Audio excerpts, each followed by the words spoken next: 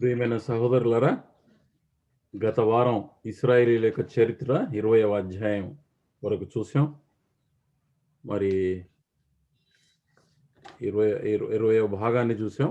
న్యాయాధిపతుల గ్రంథం 15 వరకు, అంటే సంసోని యొక్క జీవిత చరిత్రలో మొదటి భాగాన్ని చూసాం. ఈసారి సంసోని యొక్క చివరి భాగాన్ని, రెండవ భాగాన్ని, మరి తర్వాత మిగిలినటువంటి కొన్ని సంఘటనలు చిన్నవి, వాటిని కూడా మనం చూసేస్తాం. ఇక న్యాయాధిపతుల యొక్క ఇంట్రడక్షన్గా ప్రతిసారి చెప్తూ వచ్చాను.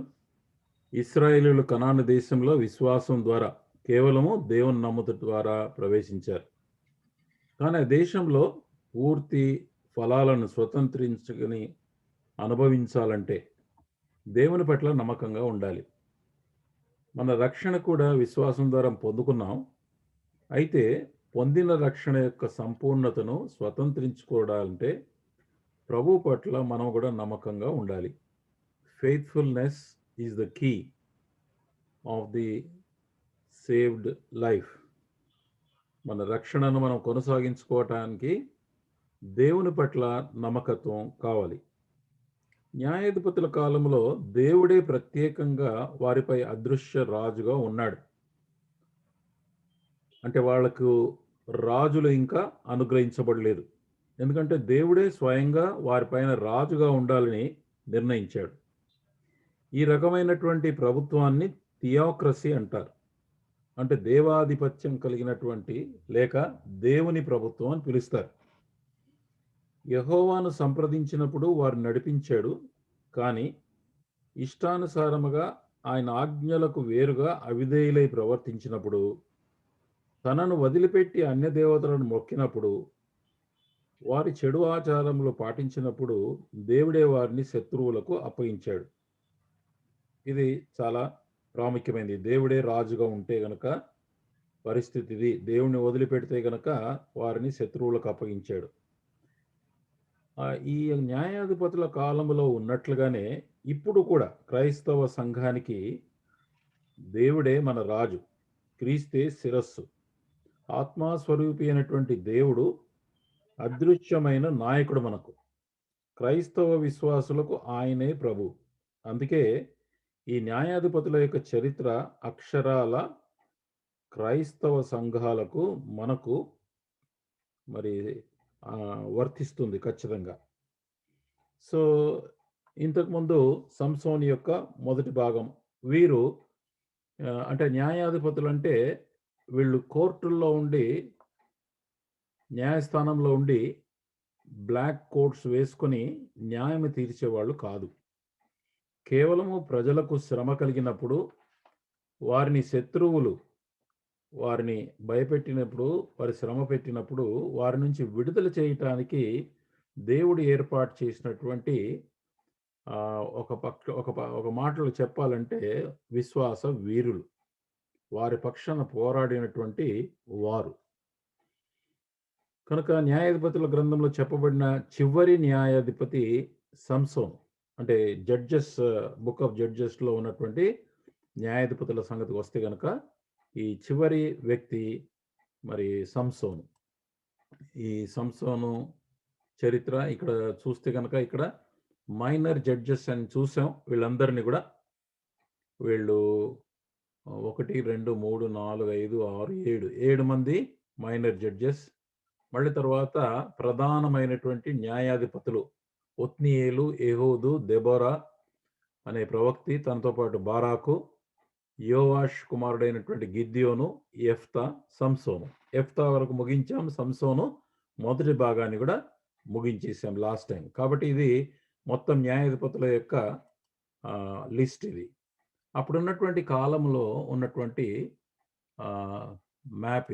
ఇది కూడా చూస్తే మనకు ఒక స్పష్టమైనటువంటి అవగాహన వస్తుంది. ఇక్కడ చూడండి, ఇది ఇశ్రాయేలు దేశం. ఇశ్రాయేలు దేశంలో ఇంచుమించు మధ్య భాగంలో షిలోహు అనే ప్రాంతం ఉంది. ఈ షిలోహు అనే ప్రాంతంలో ఏలి న్యాయాధిపతి, ఏలి ప్రధాన యాజకుడుగా ఉన్నాడు. ఇక్కడ ప్రత్యక్ష గుడారం ఉంది. ఇంకా సొలొమోను దేవాలయం రాలేదు ఇప్పటికే. న్యాయాధిపతుల కాలంలో మోషే స్టార్ట్ చేసినటువంటి ప్రత్యక్ష గుడారం మోసే కాలంలో మొదలైంది. యెహోషువ దాన్ని యుద్ధంలో తర్వాత తీసుకొని వచ్చి ఇక్కడ షిలోహు అనే ప్రాంతంలో నిలబెట్టాడు. ఇక్కడ అక్కడ దేవాలయం ఉంది, గుడారాల్లో ఉన్నాడు ఇంకా దేవుడు. మరి తర్వాత మరి ప్రధాన యాజకుడుగా ఏలీ ఉన్నాడు అప్పటికే. కానీ మొదటి భాగం అయిపోయే వరకల్లా ఏలీ మరణించినటువంటి కాలం ఇది యాక్చువల్గా చెప్పాలంటే కనుక. మరి తర్వాత ఇంచుమించు సమకాలికంగా ఇదంతా కూడా ఒకేసారి జరుగుతున్నటువంటి హిస్టరీ కాబట్టి ఈ యొక్క మ్యాప్లో అర్థం చేసుకోవాలి. షీలోహులోనేమో ప్రత్యక్ష గుడారం ఉంది.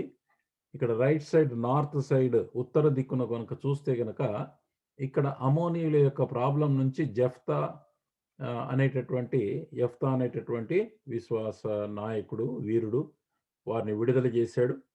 మరి తర్వాత సౌత్ సైడ్ కింది సైడ్ చూస్తే గనక ఇక్కడ యూదా వాళ్ళ యొక్క దేశం ఉంది, యూదా యొక్క ప్రాంతం ఉంది. ఇక్కడ ఫిలిస్తీయులు వీళ్ళని తరుముతా ఉన్నారు. 40 సంవత్సరాలు వీళ్ళని శ్రమ పెట్టినట్టుగా మనం చరిత్రలో చూస్తాం.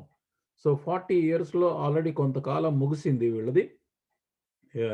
సంసోను కాలం వచ్చేటప్పటికల్లా ఇప్పుడు సంసోను యొక్క చరిత్రలో అప్పటికే 20 సంవత్సరాలు కూడా గడిచింది. మొదటి భాగంలో చూస్తే కనుక 15వ అధ్యాయంలో లాస్ట్ టైం మనం చదువుకున్నటువంటి న్యాయాధిపతుల గ్రంథం 15వ అధ్యాయం 20వ వచనం చివరి వచనం కనుక చూస్తే, అతడు ఫిలిస్తీయుల దేశములలో 20 ఏండ్లు ఇశ్రాయేలీయులకు న్యాయాధిపతిగా ఉండెను. 20 ఇయర్స్ ఆల్రెడీ జడ్జిగా సంసోను పనిచేశాడు.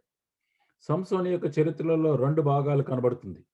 ఒకటి ఏంటంటే దేవుని కొరకు నాజరు, మరి దేవుని కొరకు నమ్మకంగా ఉన్నప్పుడు బలమైన రీతిగా దేవుని యొక్క ఆత్మ అతని ద్వారా పనిచేస్తూ వచ్చాడు. ఫిలిస్తీయులను మరి నాశనం చేస్తూ వచ్చాడు. కానీ రెండవ పక్క మరి సంసోను యొక్క బలహీనత, తన శరీర బలహీనత, స్త్రీని చూస్తే అంటే మోహం వస్తే కనుక సుఖభోగాలకి లోనైపోయి పాపంలో పడిపోయేవాడు. సో 2 రకాలు. పాపంలో పడిపోయినప్పుడు ఓడిపోయేవాడు, కానీ దేవుని కొరకు నాజరుగా ఉన్నప్పుడు బలంగా ఉండేవాడు. ఇప్పుడు 20 సంవత్సరాల చరిత్ర జరిగిపోయింది. అంటే ఇప్పుడు 16వ అధ్యాయం 1వ వచనం. తర్వాత సంసోను గాజాకు వెళ్ళి వేశ్య ఒకతను చూచి ఆమె యొద్దకు చేరెను. ఇది గాజా అనేటటువంటి ప్రాంతం. దానికంటే ముందు ఇంతకుముందు చెప్పినట్లుగా ఇతను మొట్టమొదటగా ముఖ్యమైనటువంటి ఇతను జన్మ నుంచి కూడా మొదలు పెడితే దేవునికి నాజరుగా ఉన్నాడు. అంటే దేవునికి వ్రతం ప్రత్యేకపరచబడినవాడు. తల్లి గర్భము నుండే యెహోవాకు నాజరు, దేవుని వరపుత్రుడిగా, దేవుని ప్రజల న్యాయాధిపతి అంటే విమోచకుడుగా, ప్రజల శ్రమ నుంచి విడిపించేవాడుగా, దేవుని యొక్క ప్రతినిధిగా 20 సంవత్సరాలు ఉన్నాడు.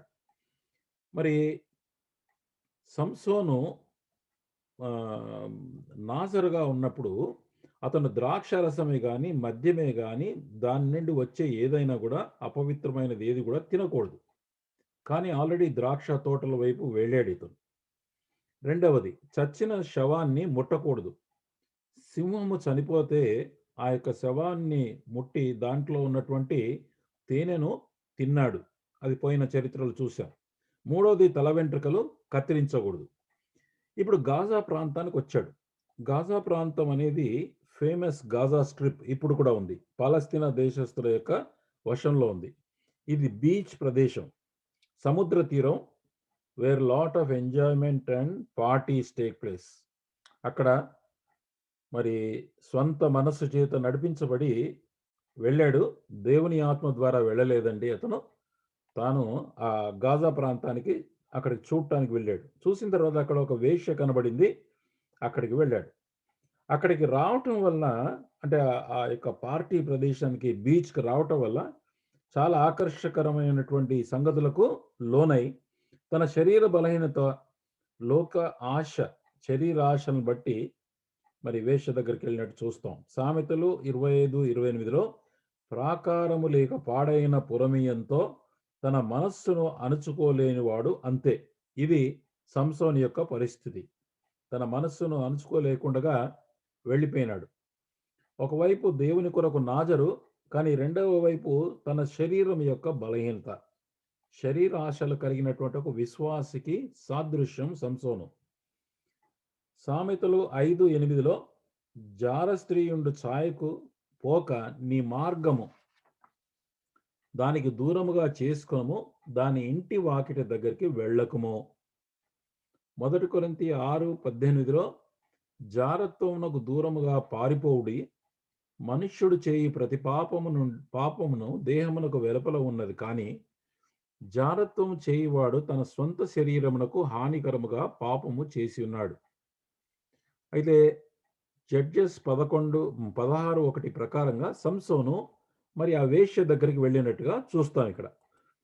16:2 సంసోను అక్కడికి వచ్చనని గాజా వారికి తెలిసినప్పుడు వారు మాటు పెట్టి రేపు తెల్లవారిన తర్వాత అతను చంపుదాం అనుకొని పట్టణపు ద్వారంలో రాత్రంతయు కూడా పొంచి ఉండిరి. వాళ్ళు తెలుసుకున్నారు శత్రువులు మాటు వేసి చంపడానికి ఉంటే ఇతనికి మరి సంసోను మధ్యరాత్రి వరకు పండుకొని మధ్యరాత్రి లేచి పట్టణపు తలుపులను వాటి 2 ద్వారబంధములు పట్టుకొని వాటి అడ్డుకర్రతోటి వాటిని ఊడబెరికి తన భుజముల మీద పెట్టుకొని హెబ్రోనుకు ఎదురుగా ఉన్న కొన వరకు వాటిని తీసుకొని పోయెను.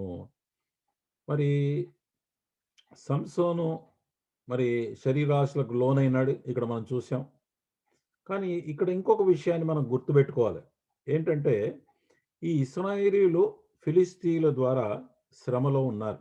ఫిలిస్తీయులు శత్రువులు వాళ్ళపైన ఆధిపత్యం వహిస్తున్నారు, వాళ్ళకు దాసులుగా మారిపోయారు.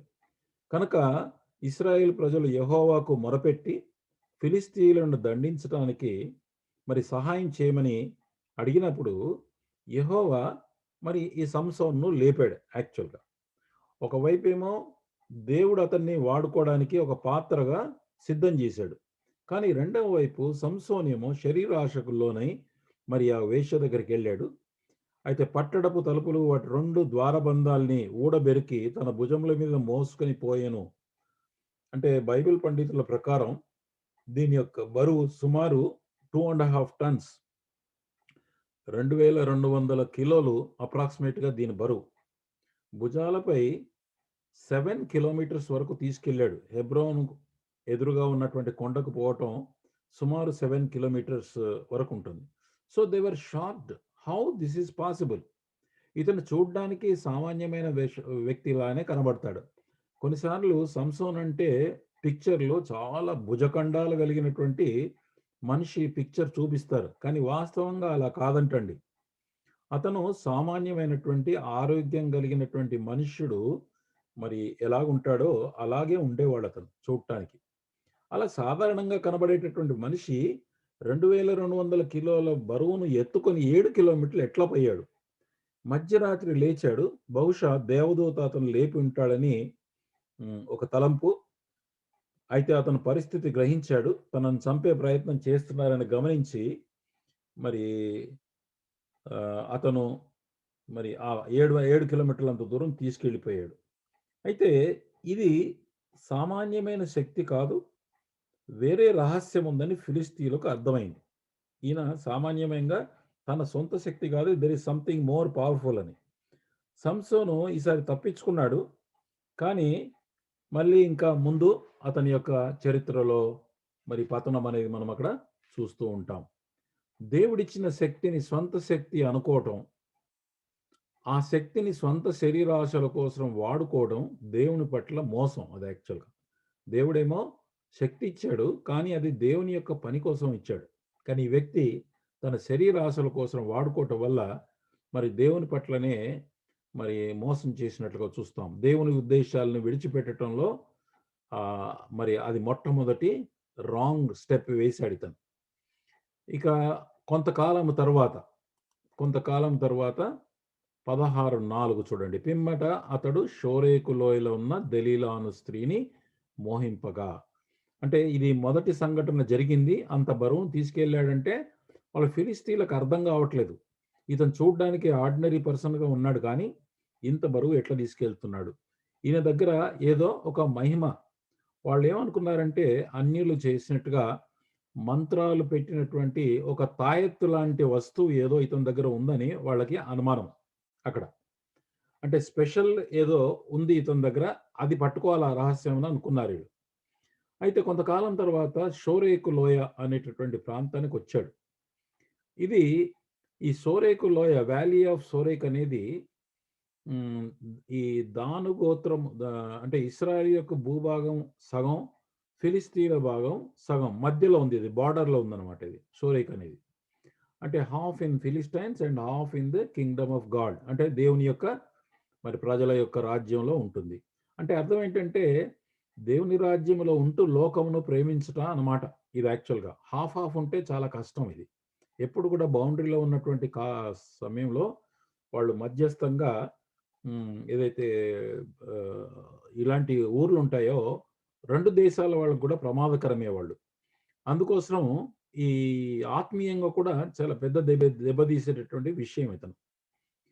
సెయింట్ ఆంబ్రోస్ అనేటటువంటి ఒక బైబిల్ స్కాలర్ ఏమంటాడంటే, దెలీలా ఫిలిస్తీన్లలో ఉన్న వేశ్య అని అతని అభిప్రాయం. తర్వాత జూయిష్ హిస్టారియన్ కూడా కన్ఫర్మ్ చేసేదేంటంటే, మరి అతను ఆమె వేశ్య అనే అతను కూడా మరి కన్ఫర్మ్ చేస్తున్నాడు. సో, ఇలాగ చరిత్ర ప్రకారంగా చూస్తే ఈమె మామూలు స్త్రీగా కాదు, ఈమె ఒక వేశ్య అని ఆ ప్రాంతంలో. దెలీలా అంటే పేరు బలహీనత, వీక్ అండ్ ఫీబుల్. అయితే ఆమె చాలా అందగత్తె.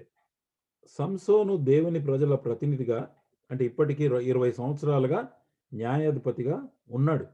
వాళ్ళందరికీ పక్షాన ఒక ప్రతినిధిగా ఉన్నటువంటి వ్యక్తి. Is a representative of Israelites.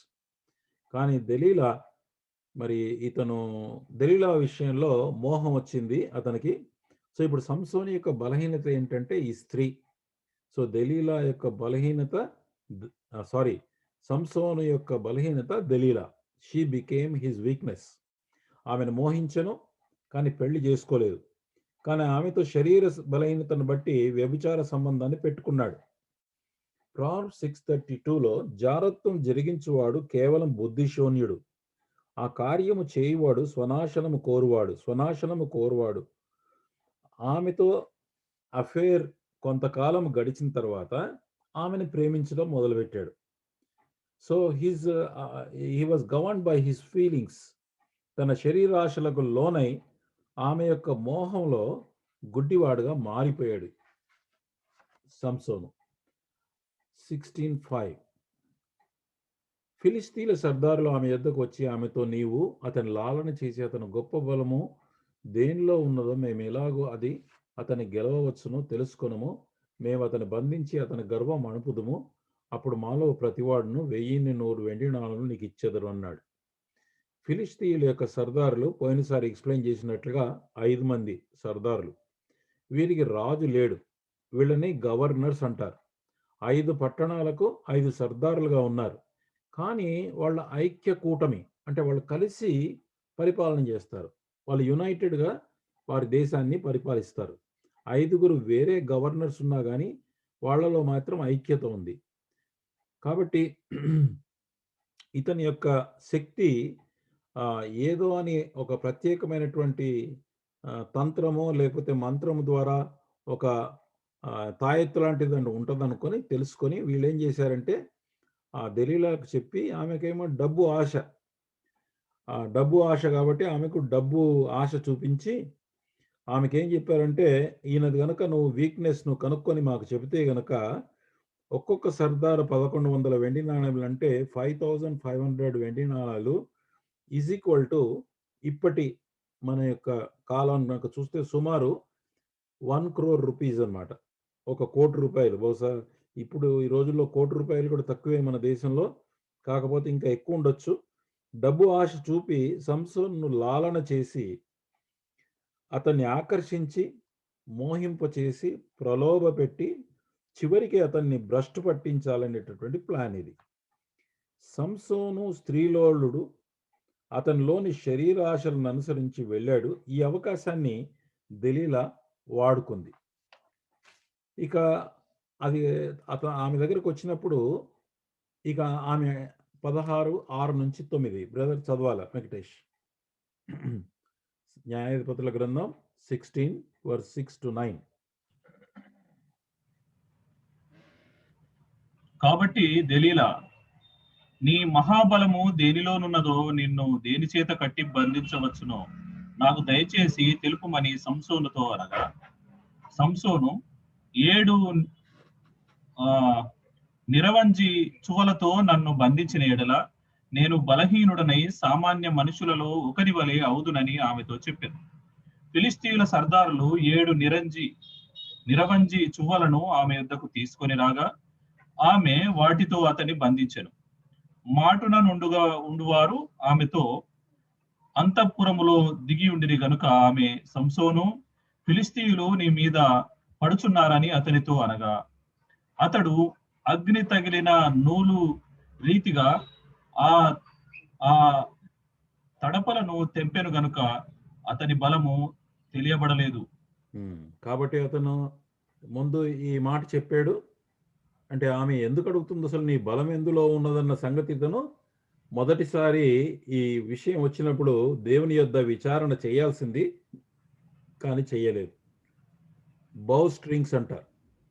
అంటే మనం మామూలుగా బాణం వదిలేటటువంటి ఏదైతే ఇట్లా వంకరగా ఉంటుందో బౌ, దాని యొక్క స్ట్రింగ్స్ ఇవి. యాక్చువల్గా ఇంగ్లీష్లో బౌ స్ట్రింగ్స్ అన్నారు.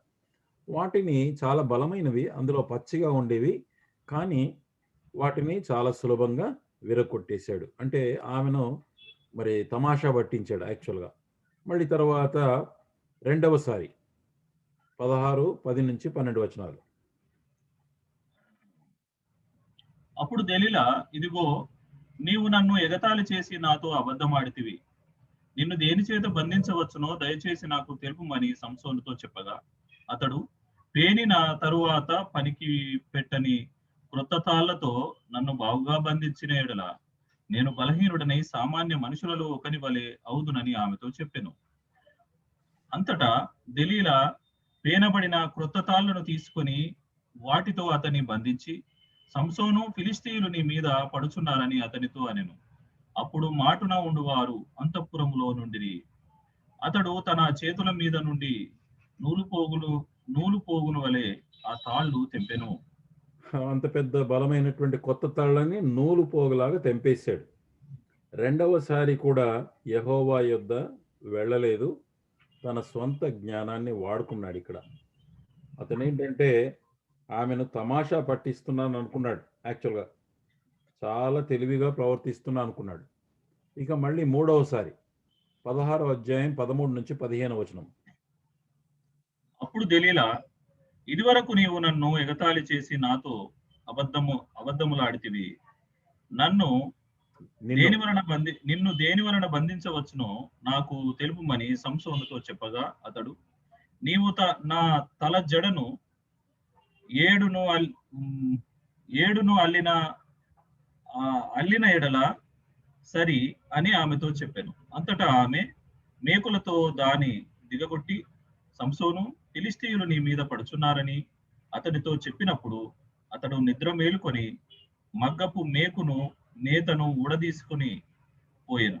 అప్పుడు ఆమె, నా యందు నీకిష్టము లేనప్పుడు నేను నిన్ను ప్రేమించుచున్నానని నీవెందుకు చెప్పుచున్నావు? ఇదివరకు నీవు ముమ్మారు నన్ను ఎగతాళి చేసి నీ గొప్ప బలము దేనిలో ఉన్నదో నాకు తెలుపకపోతివని అతనితో అనెను. మూడవసారి జడలతో అల్లుట, ఆమెను మేకులతో కొట్టి దిగగొట్టాడు, కానీ వాటన్నిటిని కూడా మరి ఇలాగా ఊరికేనే పీకేయగలడు. ఇన్నిసార్లు దెలీలా అడుగుతూ ఉంటే ఎవరికైనా అనుమానం వస్తుంది, జాగ్రత్త పడతాడు. కానీ సంసోను శోధనతో ఆటలాడుతున్నాడు. Is toying with temptation.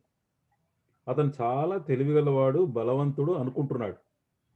సాతానుడు మనం విరిగిపోయి పడిపోయే వరకు కూడా వెంటాడుతూ ఉంటాడు. Don't play with temptation. Don't think that you are smart. చాలా స్మార్ట్గా ఉన్నాం అనుకుంటాము, కానీ మనం శోధనలో ఉన్నప్పుడు ఆలోచనలు మనల్ని పక్కదారిన పట్టించినప్పుడు, మరి 2 కొరింథీ 10:3-5 అపోస్తలుడైనటువంటి పౌలు ఏమన్నాడంటే, వాళ్ళ జీవితాల్లో కూడా ఇలాంటి శోధనలు అంటే ఎగ్జాక్ట్‌గా ఇదే కాదు గానీ, ష ఆలోచన సంబంధమైన విషయానికి వచ్చినప్పుడు పౌలు ఏమంటాడంటే, మేము శరీరధారులమై నడుచుకొనుచున్నను శరీర ప్రకారం యుద్ధము చేయము. మా యుద్ధోపకరణములు శరీర సంబంధమైనవి కావు గాని, దేవుని ఎదుట దుర్గములను పడద్రోయజాలినంత బలము కలవై ఉన్నవి. అంటే బలమైనటువంటి వాటిని కూడా పడగొట్టేటటువంటి యుద్ధోపకరణాలు ఉన్నాయి యాక్చువల్‌గా. మేము వితర్కములను దేవుని గూర్చిన జ్ఞానమును అడ్డగించు ప్రతి ఆటంకమును పడద్రోసి ప్రతి ఆలోచనను క్రీస్తుకు లోబడినట్లు చెరపట్టి, అంటే అవి సంపూర్ణ విధేయత కనపరుచున్నట్లు, అంటే అవి దేవునికి లోబడినట్లుగా ఆలోచనలు తీసుకొస్తాం. ఈ వ్యక్తి 3 సార్లు అయిపోయింది. 4వసారి ఆమె ఏమంటుందంటే, నా యందు నీకు నిష్టమే లేదు, ఉట్టిగా నేను నన్ను ప్రేమిస్తున్నా అని చెప్తున్నావు, ఎందుకు ఎగతాళి చేస్తున్నావు అన్నాడు. అంటే ఆమె మాటకి ఎంత మోసపోతున్నాడంటే, దేవుని దగ్గరికి ఆలోచన తీసుకెళ్ళట్లేదు. విశ్వాసులుగా మనం గుర్తించాలండి. ఇలాంటి శోధనలు అంటే ఎగ్జాక్ట్‌గా ఇవి కాకపోయినా వేరే రకంగా కూడా మన జీవితాల్లో శోధనలొస్తాయి పాపం చేయడానికి. అవి వచ్చినప్పుడు దేవుని దగ్గరికి తీసుకెళ్ళడం అపోస్తలుడైనటువంటి పౌలు చెప్పినట్లుగా మనం అలా చేయటం అనేది చాలా అవసరం. చాలా స్మార్ట్‌గా అనుకున్నాడు ఈయన. ప్రసంగి 8:11 ఏం రాయబడిందంటే, దుష్క్రియకు తగిన శిక్ష శీఘ్రముగా కలగకపోవుట చూసి మనుష్యులు భయము విడిచి హృదయపూర్వకంగా దుష్క్రియలు చేయుదురు. వెంటనే శిక్ష కలగకపోతే ఇంకా ఎక్కువగా మరి చెడు పనులు చేస్తూ ఉంటారని మరి సొలొమోను ప్రసంగిలో ఈ మాట అన్నాడు. అవిధేయత పాపము చేసిన వెంటనే శిక్ష మనకు పడదు గనక మన కాన్షియస్‌లో మాత్రం మనస్సాక్షి గద్దిస్తుంది కానీ దాన్ని మనము ఊరుకోబెట్టొచ్చు, నెమ్మదిపరచొచ్చు. 3 సార్లు తప్పు చేసినా తాను ఎక్సెప్షనల్, అంటే నేను ప్రత్యేకమైన వాడిని, నాకేం కాదు, దేవుడు నన్ను దీవిస్తూనే ఉన్నాడు, కాపాడుతున్నాడు అనుకున్నాడు ఈయన. యాక్చువల్‌గా నాజీర్‌గా చేయకూడని వాటిని చేస్తూ వచ్చాడు. ఎగ్జాంపుల్‌గా మృతదేహాలను ముట్టొద్దు, కానీ చనిపోయిన సింహ శవాన్ని తాకాడు, మరి ఏమి కాలేదు అనుకున్నాడు. నేను నాజీర్‌గా అది చేయకూడదు కదా, అది టచ్ చేసినా నాకేం కాలేదని. ద్రాక్ష సంబంధించినవి తినకూడదు, తాగకూడదు, అయితే ద్రాక్ష వనంలో తిరిగాడు, ఏమీ కాలేదు. మూడవది, వేశ్య దగ్గరకు విశ్వాసి పోకూడదు, కానీ ఇంతకు ముందే అతను గాజా స్ట్రిప్‌కు వెళ్ళినప్పుడు వేశ్య దగ్గరికి వెళ్ళినప్పుడు ఏమీ కాలేదు. ఇక ఇంకో వేశ్య దెలీలా దగ్గరికి వచ్చాడు. అయితే ఆమె స్లోగా ఆమె యొక్క ప్రేమలో పడ్డాడు. He loved her but she sold him. అతను ఆమెను ప్రేమించాడు, ఆమె అతన్ని అమ్మివేసింది. అందుకే ప్రేమ గుడ్డిదంటారు. తర్వాత ప్రేమ మరణమంత బలము కలది అన్నారు. ఆమెను విడిచిపెట్టలేకపోతున్నాడు ఈయన. ఇన్నిసార్లు అయినా కూడా అతను తన యొక్క శక్తిని, అంటే తనను ఓడగొట్టడానికి ప్రయత్నం జరుగుతుంది శత్రువుల ద్వారా అని అతనికి అర్థమవుతున్నా, నాకేం కాదులే, నేను ఎక్సెప్షనల్, దేవుడు నన్ను ప్రత్యేకంగా కాపాడుతున్నాడు అని అనుకున్నాడు. ఇవన్నీ జరిగిన అతను చివరిగా తన తల వెంట్రుకలు కత్తిరించకూడదని కత్తిరిస్తే గనక ఏమి కాదని లోపల తాను దేవుని నాజరు కాబట్టి ఏమి కాదులే అనుకొని మోసపోయాడు.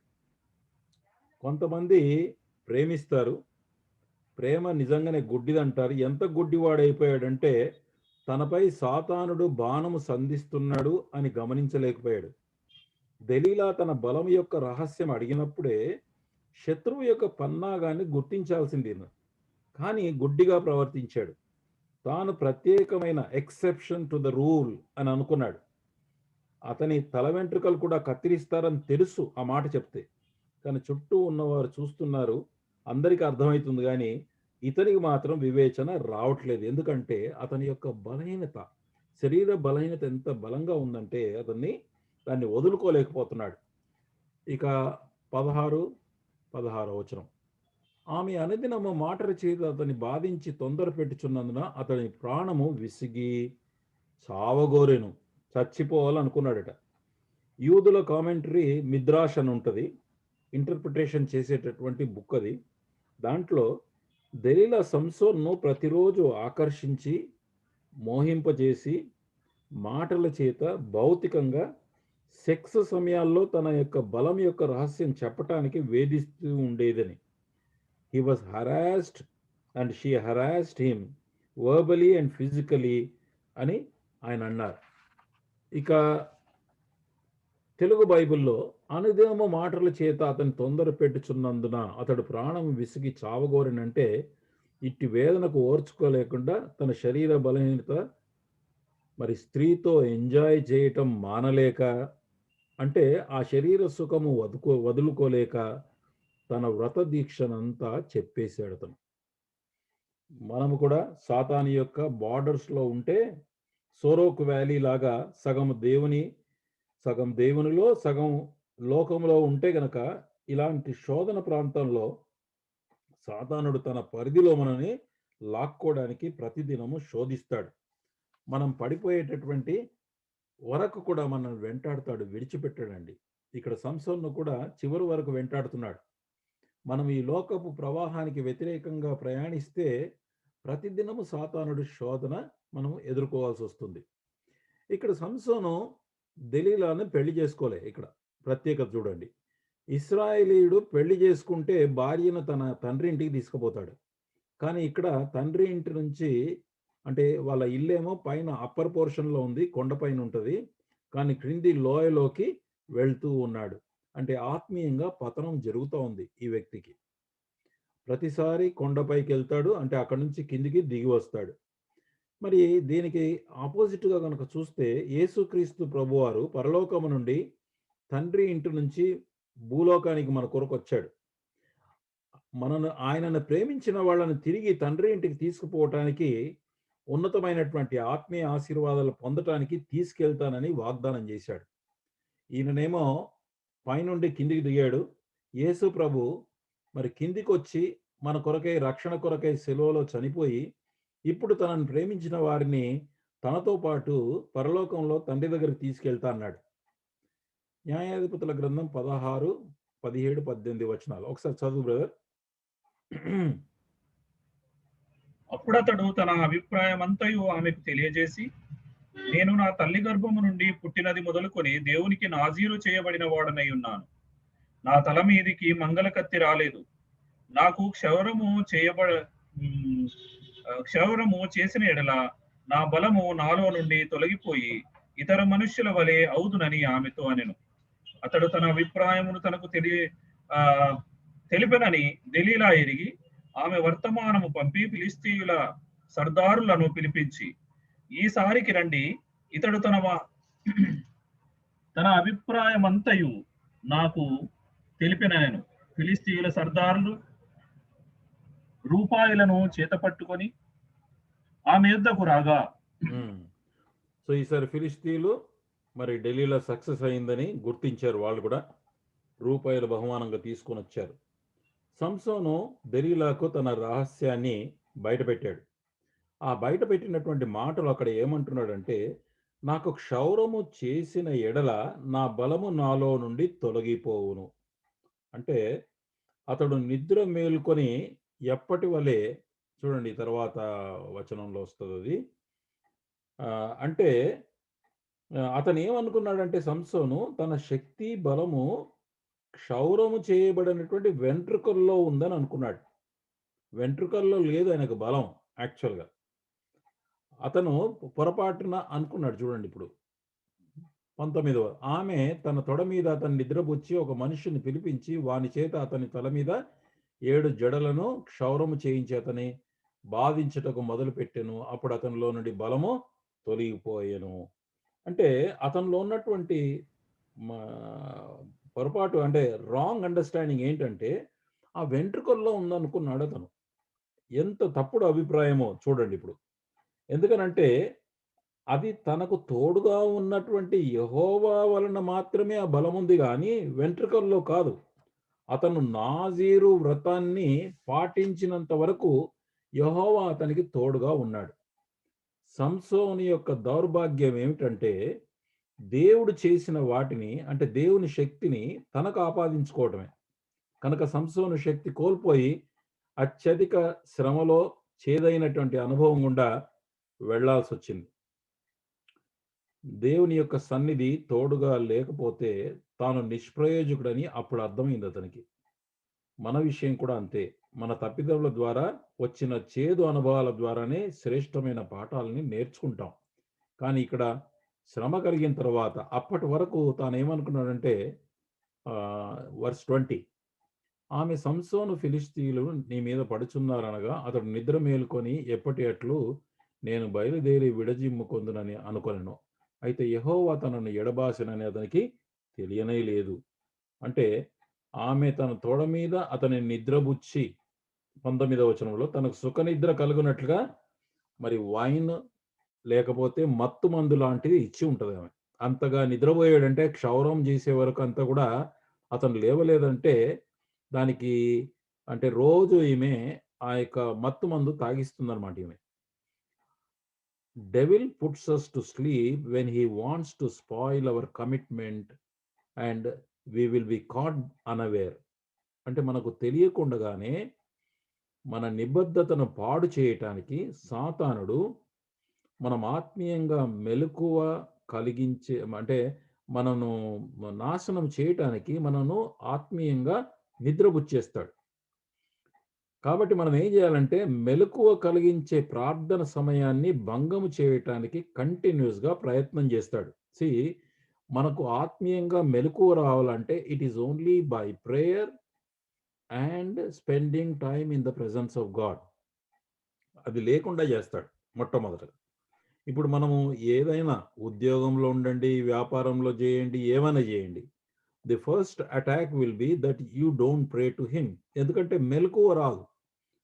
ఎప్పుడైతే వ్యక్తి ప్రార్థన చేయడు, తర్వాత దేవునితో సహవాసం కలిగి ఉండడు, దేవుని వాక్యము చదవడో, స్లోగా ఆ వ్యక్తిలో స్పిరిచువల్గా డౌన్ఫాల్ వచ్చేస్తుంటుంది. యేసుక్రీస్తు ప్రభువారు మార్క్స్ వార్త 13వ అధ్యాయం 36-37 వచనాల్లో ఏమన్నాడంటే, ఇంటి యజమానుడు అకస్మాత్తుగా వచ్చి మీరు నిద్రపోవుచుండట చూచునేమో గనుక మీరు మెలకువగా ఉండండి. యేసు ప్రభు తిరిగి వచ్చినప్పుడు ఎవరు మెలకువగా ఉంటారో అట్టి వారిని తీసుకొని వెళ్ళడానికి వస్తున్నాడు ఆయన. నేను మీతో చెప్పుచున్నది అందరితోనూ చెప్పుచున్నాను, మెలకువగా ఉండండి. ఆత్మ సిద్ధమే గాని శరీరం బలహీనమైనది. సంసోను ఈ కోవకే చెందినవాడు. ఆత్మశక్తి ద్వారా బలవంతుడు, కానీ తన శరీరం వల్ల దెబ్బతిన్నటువంటి వ్యక్తి. సౌలు రాజు కూడా దేవుని ఆత్మ తన్ను విడిచిపెట్టాడనే అతనికి తెలియదు. సౌలు రాజు యొక్క పరిస్థితి కూడా అలాగే. దేవుని ఆత్మ వెళ్ళిపోయింది సంగతి అతనికి తెలియదు. మొండితనము, గర్వము, ఎల్లప్పుడూ దేవుని పట్ల తిరుగుబాటు, పాపము ద్వారా మరి ఆయనను వదిలిపెట్టేశాడు. కీర్తనలు 51:11లో పాపము చేసినటువంటి దావీదు ఏమన్నాడంటే, నీ సన్నిధిలో నుండి నన్ను త్రోసివేయకము, నీ పరిశుద్ధాత్మను నా యొద్ద నుండి తీసివేయకము అని ప్రార్థన చేశాడు దావీదు. సో పరిశుద్ధాత్మ దేవుడు తొలగిపోయేటటువంటి ప్రమాదం యాక్చువల్గా సౌలు దగ్గర నుంచి కూడా వెళ్ళిపోయింది. అంటే మన జీవితంలో కూడా దేవుడు కంటిన్యూస్గా మనకి టైం ఇస్తాడు.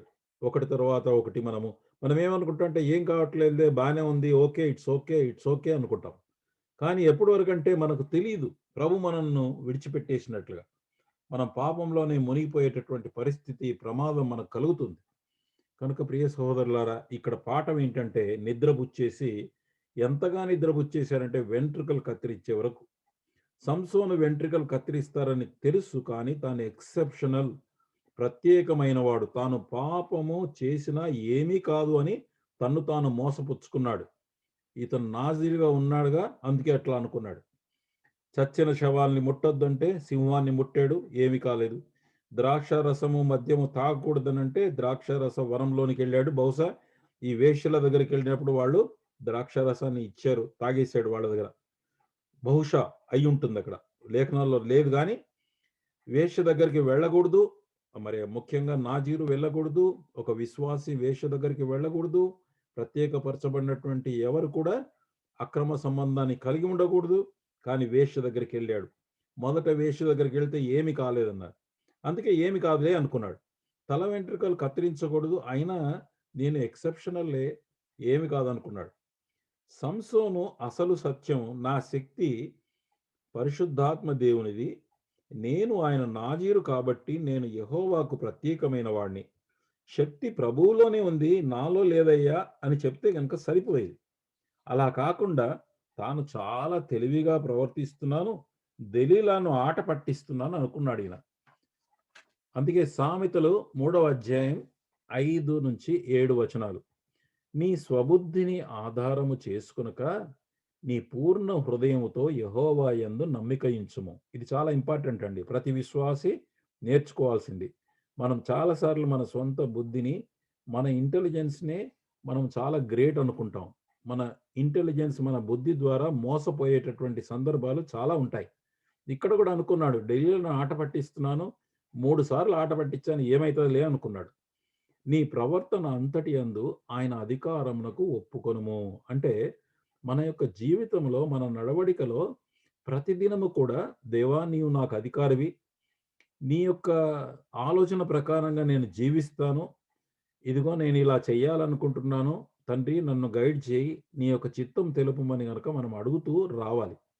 అప్పుడు ఆయన నీ త్రోవలను సరాళము చేయును. ఎప్పుడైతే మనం ఆయన అధికారానికి, ప్రభువా యు ఆర్ మై లార్డ్, నీవే నా యొక్క ప్రభువు అని ఎప్పుడైతే ఒప్పుకుంటావో, అప్పుడు మన త్రోవల్ని సరాళం చేస్తాడు. గుర్తుపెట్టుకోవాలండి. నేను జ్ఞానిని గదా అని నీవు అనుకొనవద్దు. సంసోను ఏమనుకున్నాడు? నేను జ్ఞానిని గదా అనుకున్నాడు. సంసోను దేవునికి అప్పగించి ప్రార్థన చేసి ఉంటే అప్పుడే వేశ్య నుండి తప్పించబడేవాడు. కానీ నేను జ్ఞాని కదా అనుకుంటూ చాలా యుక్తిగా ప్రవర్తించాను అనుకున్నాడు. మనము సామెతలు 3వ అధ్యాయం 5-7 వచనాలు కంఠస్థం చేయాలి. ఎందుకంటే ఈ వాక్యము మనకు చాలా సహాయం చేసే అవకాశం ఉంది. మనం ప్రతిసారి కూడా స్వంత జ్ఞానమును, స్వంత బుద్ధి మనకు తెలిసిన అనుభవం ఉన్న స్టిల్ మనం అడగాలి, ప్రభువా నా అనుభవం కాదు, నా జ్ఞానం కాదు, నీ సహాయం ఇవ్వు, నీ జ్ఞానం ఇవ్వు.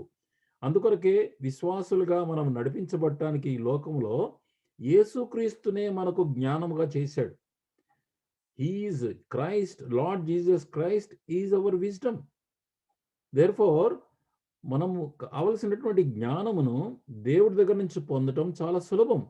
మనకు అవైలబుల్‌గా, మనకు జ్ఞానయుక్తంగా కౌన్సిల్ చేయగలిగినటువంటి, ఆలోచన చెప్పగలిగినటువంటి యేసు ప్రభువే మనకు రక్షకుడుగా ఉండి, మనకు తోడుగా ఉంటే, ఆయనను విడిచిపెట్టి మన స్వంత ఆలోచన ప్రకారంగా చేస్తే గనక సంసోను లాంటి యొక్క సమస్యలు మనము ఎదుర్కోవాల్సొస్తుంది. 21 అప్పుడు ఫిలిష్తీయులు అతన్ని పట్టుకొని అతని కన్నులు ఊడదీసి గాజాకు అతన్ని తీసుకొని వచ్చి ఇత్తడి సంకెళ్ళ చేత బంధించిరి. చూడండి, అక్కడ నుంచి ఏం చేశారంటే అతన్ని కన్నులు ఊడబీకేశారు. పాపం యొక్క శిక్ష ఎంత తీవ్రమో! అతని కన్నులు ఊడదీసి గుడ్డివాడుగా ఇత్తడి సంకెళ్ళ చేత బంధించి గాజాకు తీసుకెళ్లారంటే, ఇంతకుముందు గాజా పట్టణపు యొక్క ద్వారబంధాలు ఎక్కడి నుంచే ఊడబెరికి తీసుకుపోయాడో, మరి అక్కడే 1000 మందిని సంసోను దగ్గరికి రావటానికి భయపడ్డారు ఆ రోజుల్లో. కానీ కేవలం ఒక్క స్త్రీ అతన్ని గెలిచి డబ్బుకు అమ్మేసింది ఆమె. చూడండి ఎంత మోసమో! దేవుడు ఉంచినటువంటి విధానంలో దేవుని చిత్తానికి వ్యతిరేకంగా పోతే గనక ఎంత మోసపూరితమైందో. కళ్ళు పీకేశారు అతన్ని. భయంకరమైనటువంటి శిక్షలో ఉన్నాడు. 16:22 అతడు బందీ గృహములో తిరగలి విసురువాడాయెను. అయితే అతను క్షౌరము చేయబడిన తరువాత అతని తల వెంట్రుకలు తిరిగి మొలుచుటకు మొదలుపెట్టెను. బందీ గృహంలో తిరగలి విసరడం అంటే ఇశ్రాయేలీయులకు న్యాయాధిపతిగా ఉన్నటువంటి వాడు ఇతను. దేవుని ప్రజల నాయకుడుగా ఉన్నాడు. విమోచకుడుగా ఉన్నటువంటి సంసోను శరీర సుఖానికి లోనై, మనం కూడా అంతే అండి. మనకేదో దేవుడు ఆయా స్టేటస్, తర్వాత స్టాండర్డ్, లేకపోతే ఒక పొజిషన్లో దేవుడు మనని ఉంచుతాడు. దేవుని యెడల మనము భయము, భక్తి కలిగి ఉన్నప్పుడు ఘనమైన రీతిగా ఆయన మనల్ని గణపరుస్తుంటాడు. ప్రభు అన్నాడు, నన్ను గణపరచువా అని నేను గణపరుస్తానన్నాడు. ఇక్కడ సంసోను ఏం చేశాడంటే, తనకున్నటువంటి న్యాయాధిపతి హోదాను మర్చిపోయి, దేవుని యొక్క రిప్రజెంటేటివ్ అన్న సంగతి మర్చిపోయి, ఆ ప్రజల దేశం యొక్క రిప్రజెంటేటివ్ నని మర్చిపోయి శరీర సుఖానికి లోనైనాడు. ఇప్పుడు ఏం చేశాడంటే, ఆత్మ చేత నడవవలసినటువంటి ఈ వ్యక్తి ఒక జంతువులా మారిపోయాడు. జంతువుల చేతే నడిపిస్తారు దాన్ని, ఆ యొక్క తిరగలిని. ఇప్పుడు అతన్ని తిరగలి విసిరే జంతువు చేసే పని అతనితో చేయిస్తున్నారు. చీకట్లో సంసోను దినదినము తిరగలి చుట్టూ తిరుగుతూ going round and round and round and round చింతిస్తున్నాడు. ఇప్పుడు నేను దెలీలాకి ఏం చేశాను, ఆ రియలైజేషన్లో వచ్చాడు. ఎంత మోసం జరిగింది, సంసోను పరిస్థితి ఎలా మారిపోయిందో చూస్తే ఇప్పుడు హీరో కాస్త జీరో అయిపోయాడు. మనముగా శరీర సుఖాలకు లోనై పాపము చేసిన పాపములో వెళ్ళిపోతే గనక మనకు వెంటనే శిక్ష కలగకపోతే ఏమి కాదని అందులో కొనసాగితే గనక మనము కూడా విజయుడైనటువంటి ఈ వ్యక్తి ఓడిపోయాడు. కానీ దేవుడు కనికరం కలిగినటువంటి వాడు. చాలా జాగ్రత్తగా ఉండాలి, పాపం పట్టేస్తుంది. అయితే దేవుడు వెంటనే శిక్షించడం అన్ని, మనం పశ్చాత్తాపం పొందాలని దేవుడు మనకు సమయం ఇస్తాడు. ఏ man of God said, sin will blind you, sin will bind you, sin will grind you. పాపము గుడ్డిగా మారుస్తుంది, పాపం బంధింపజేస్తుంది, పాపము తిరగలి చుట్టూ తిరిగేటట్లుగా చేస్తుంది. When we wholeheartedly confess our sins, grace of God is ever ready to forgive and help us. హృదయపూర్వకంగా మనం గనక పాపములను ఒప్పుకుంటే గనక దేవుని యొక్క కృప ఎప్పుడు సిద్ధంగానే ఉండి మనకు సహాయం చేయటానికి ఆయన ఎప్పుడు సిద్ధంగా ఉన్నాడు. సంసోను జంతువుల క్రూరంగా చూశారు, అతనిపై ఉమ్మివేశారు, మునికొలలతో కొట్టి ఉంటారు. ఇది దైవ చిత్తానుసారమైన దుఃఖాన్ని దుఃఖం అతనికి కలగజేసింది. శ్రమ ద్వారా పశ్చాత్తాపం కలిగి పేతురు వలె కుమిలి కుమిలి ఏడ్చి ఉంటాడు. దానికి రుజువుగా అతని వెంట్రుకలు మొలకెత్తినవి. అంటే వెంట్రుకలు మొలకెత్తడం అంటే అర్థం ఏంటంటే అతని యొక్క పశ్చాత్తాపం, అతని దుఃఖాన్ని దేవుడు విన్నాడు. దేవుడు తిరిగి తన యొద్దకు వచ్చాడు. తన ద్వారా తన చివరి అద్భుత కార్యాన్ని చేయటానికి ఈ సంఘట చివరి దినాల్లో క్రీస్తు రెండవ రాకడ సమయంలో కూడా ఇశ్రాయేలు పశ్చాత్తాపం ద్వారా శేషముగా దేవుని కృపను పొందుకుంటారు. అంటే ప్రస్తుత కాలం ఇశ్రాయేలు ప్రజలు వాళ్ళు దేవుని యేసుక్రీస్తు ప్రభువారిని, దేవుని ఏకైక వారసుడు, దేవుని కుమారుడుగా వచ్చినటువంటి మెస్సియాను వాళ్ళు తృణీకరించారు.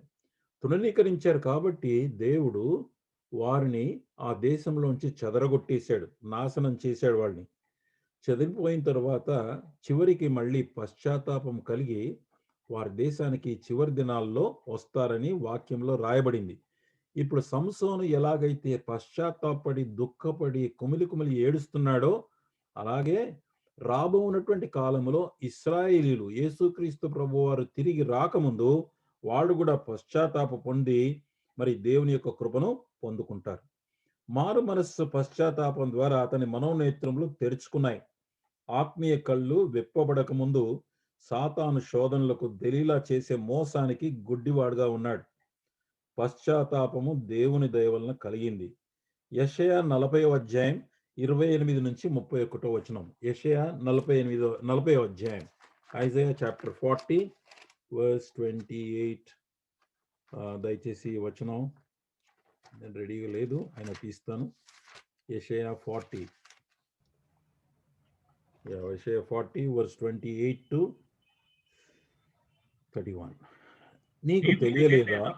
చదవండి బ్రదర్. నీవు వినలేదా?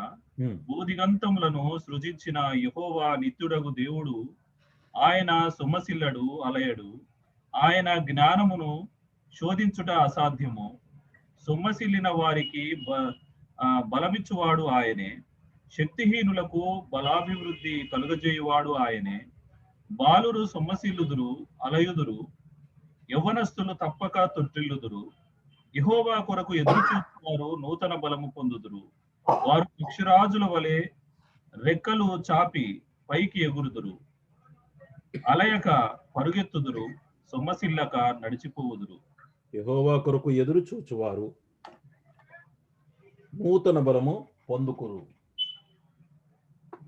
సో ఎవరైతే ఇటువంటి, అంటే దేవుడు ఎంత కరుణామయుడు అంటే అటువంటి పరిస్థితుల్లో కూడా దేవుడు మనకు ఆయన కనికరము చూపించేటటువంటి వాడు గనుక అతను మరి అతని విషయంలో మరి దేవుడు కనికరం చూపించాడండి.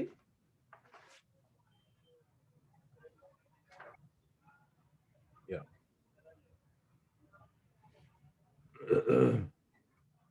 16:23 న్యాయాధిపతుల గ్రంథం 23 నుంచి 27 వరకు ఉంది.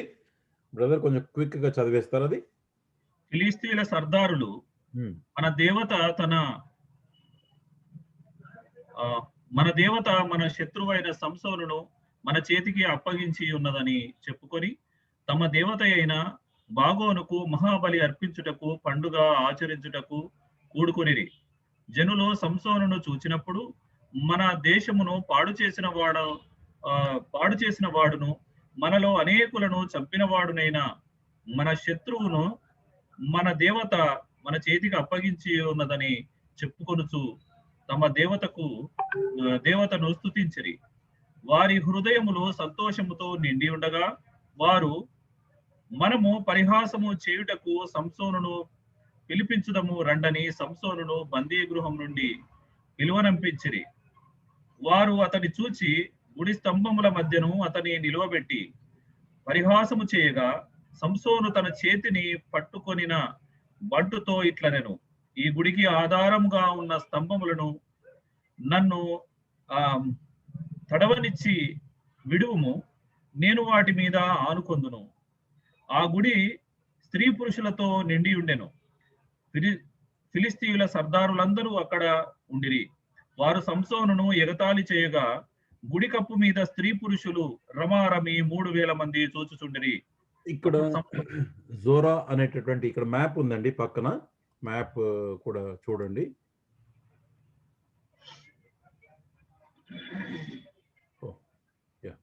మ్యాప్ లో ఈ జోరా అనేటటువంటి ప్రాంతం, ఇది సంసోను ఉండేటటువంటి ప్రాంతం.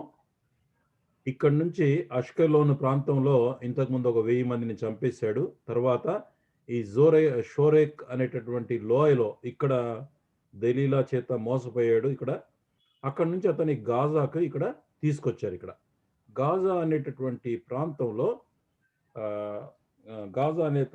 వాళ్ళ యొక్క దేవాలయం ఉన్నది. అంతకుముందు అష్దోద్ అని చూడండి. ఇక్కడ ఒక చుక్క కనబడుతుంది కదా, జోరా, తిమ్నా, అష్దోద్. ఈ అష్దోద్ అనేటటువంటి పట్టణంలో మనకు మొదటి సమయంలో 4వ అధ్యాయంలో కనుక చూస్తే ఇశ్రాయేలీలు వాళ్ళు యెహోవా మందసాన్ని తీసుకొని యుద్ధానికి వెళ్ళినప్పుడు ఇశ్రాయేలీలు ఓడిపోతారు. ఎందుకంటే యెహోవాను నమ్మే బదులుగా వాళ్ళు మందసంలో ఉంది మహిమ అనుకుంటారు వాళ్ళు. కానీ దేవుడు వారిని విడిచిపెట్టినప్పుడు ఇశ్రాయేలు వాళ్ళు ఓడిపోతారు, మందసాన్ని వాళ్ళు పట్టుకుపోయి అష్దోద్ అనేటటువంటి ప్రాంతంలో గుడిలో అక్కడ డేగాన్ అంటారు. దాగోన్ అని తెలుగులో ఉంది. దాగోన్ అనే వాళ్ళ దేవుడికి అక్కడ గుడిలో పెట్టారు. అక్కడ పెట్టినప్పుడు దాగోన్ యొక్క విగ్రహము పడిపోయింది 2 సార్లు. మొదటిసారి పడిపోయింది, బోర్లా పడిపోతే పొరపాటున పడిపోయిందేమో అనుకున్నారు.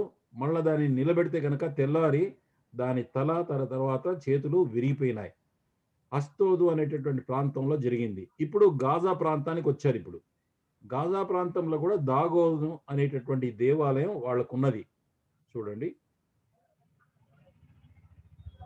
ఇది ఫిలిస్తీయుల దేవుడు, వాళ్ళ యొక్క దేవుని యొక్క విగ్రహం ఏంటంటే పైన మనిషి, తర్వాత క్రిందనేమో చేప ఆకారమైనటువంటి తోకతో ఉండేటటువంటి దేవాలయం.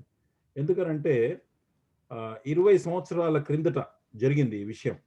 ఇదే అష్దోద్ అనే ప్రాంతంలో ఈ మందసాన్ని ఎదురుగా పెట్టినప్పుడు ఈ యొక్క విగ్రహం పగిలిపోయింది ఇక్కడ. అయితే ఆ యొక్క విగ్రహం పడిపోయిన తర్వాత వాళ్ళు ఇప్పుడు గాజాలో కూడా దాగోను దేవాలయమే ఉంది ఇక్కడ.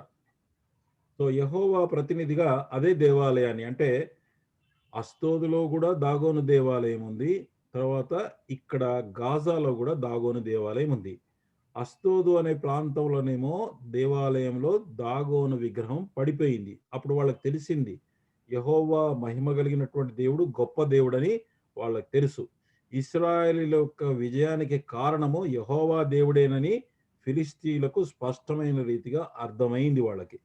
ఎందుకనంటే వాళ్ళు వారి దగ్గర మరి ఈ మందసం ఉన్నంత కాలం వాళ్ళు చాలా శ్రమ అనుభవించారు వాళ్ళు. కాబట్టి మందసం అంటే వాళ్ళకి చాలా భయమే. యెహోవా అంటే భయమే వాళ్ళకి.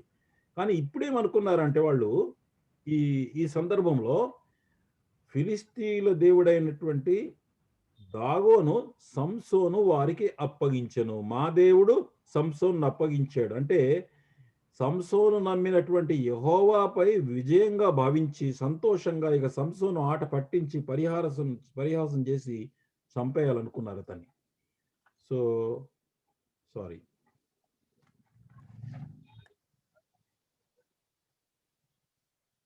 28వ వచనం నుండి చూడండి. 16, 28 నుంచి 28. దీనికి ముందు ఒక మాట చూస్తాం. ఈ ఎడర్షైమ్ అయినటువంటి జూయిష్ హిస్టారియన్ అంటే చరిత్రకారుడు ఏమంటాడంటే, సంసోను పట్టుకొని తీసుకొచ్చినటువంటి బాలుడు, అతను ఒక చిన్న పిల్లోడు తీసుకొచ్చాడు అక్కడని. అతను తెలుగులోనేమో బంటుడు అని రాసింది అక్కడ మనకి. ఆ బాలుడు గుడికి ఆధారమగేటటువంటి స్తంభాల దగ్గరకు తెచ్చినటువంటి వాడు హెబ్రీయుడని ఆ చరిత్రకారుడు చెప్తాడు. Is a Hebrew boy. Samson అక్కడ ఉంచి పారిపోయి తన సహోదరులకు ఈ విషయాన్ని తెలియపరిచారు.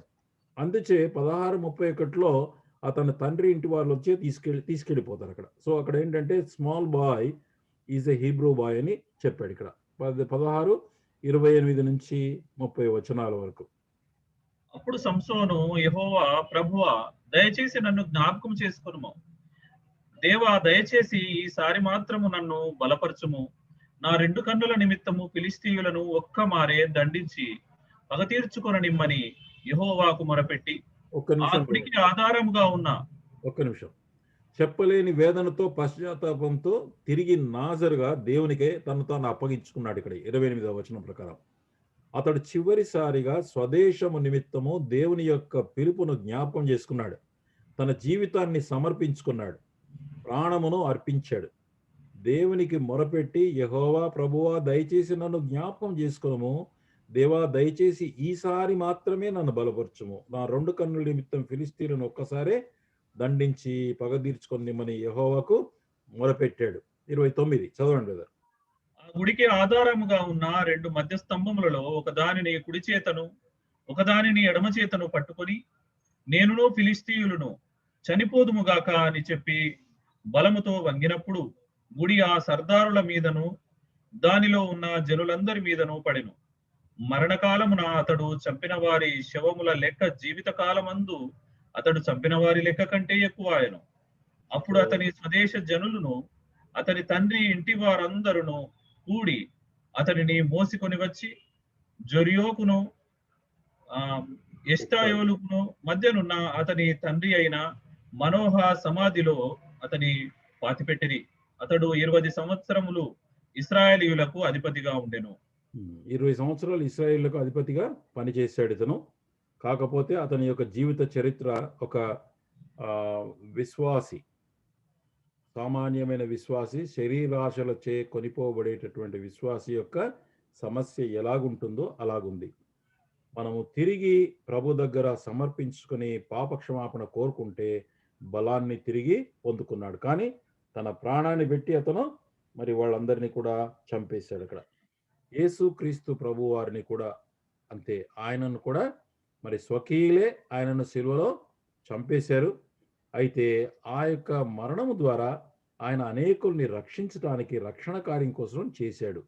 ఇక్కడ ఏంటంటే మరి ఇశ్రాయేలీలకు పక్షాన పగ తీర్చుకోవటానికి వీరిని శ్రమ పెడుతున్నటువంటి ఫిలిష్తీయులను నాశనం చేయడానికి దేవుడు వాడాడు ఇక్కడ.